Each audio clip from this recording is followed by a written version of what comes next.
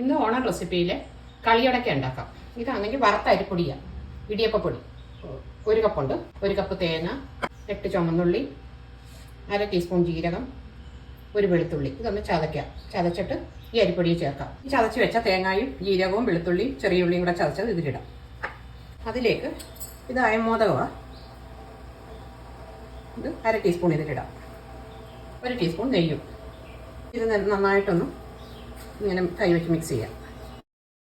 ഇനി ഇതിലേക്ക് വെള്ളം തിളപ്പിച്ചൊഴിക്കാം. ഇതിൽ 1 ഗ്ലാസ് വെള്ളവും 1/2 ടീസ്പൂൺ ഉപ്പൂടി ഇട്ടതാണ്, അത് ഇതിലേക്ക് ഒഴിക്കാം.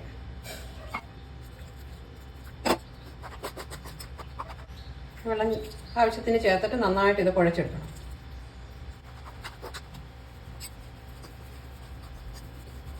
ഇനി ഇത് ചെറുതായിട്ട് ഇങ്ങനെ ചെറിയ ബോളായിട്ട് ഉരുട്ടിയെടുക്കാം. ഇങ്ങനെ 1 ഗ്ലാസ് വെള്ളം എടുത്തത്, ഇത്രയും വെള്ളം അധികം വന്നു.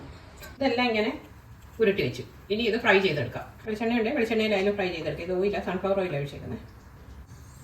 ഇടായത്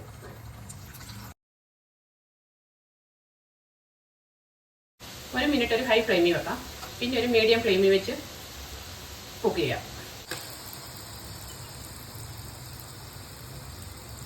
ഇപ്പം ചെറിയ തീയിൽ ഒരു 25 മിനിറ്റ് ആയി ഇട്ടിട്ട് ഒന്നുകൂടാകട്ടെ, മൂക്കട്ടില്ല. ഇതിപ്പം 35 മിനിറ്റ് ആയി വെച്ചിട്ട് ഇനിയും ഇത് കോരാം. അതിന് മുമ്പ് ഹൈ ഫ്ലെയിമിൽ വെച്ചിട്ട് ഇത് കോരിയെടുക്കാം.